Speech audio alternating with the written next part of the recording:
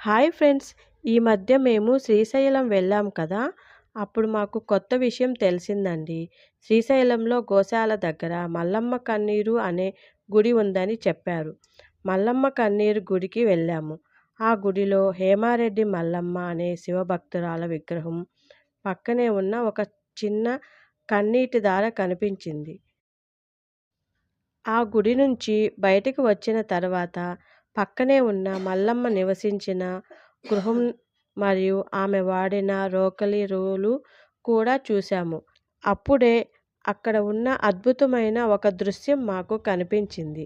అదేమిటంటే మనం ఏదైనా ఒక కోరిక కోరుకొని రోకలి నిలబడితే ఆ రోకలి నిలబడినా మన కోరిక తీరుతుందని దాని అర్థం. మేము మాతో పాటు మా ఫ్రెండ్స్ అందరం ట్రై చేశాము. ఈసారి మీరు కూడా శ్రీశైలం వెళ్ళినప్పుడు మల్లమ్మ కన్నీరు గుడిని తప్పకుండా దర్శించండి.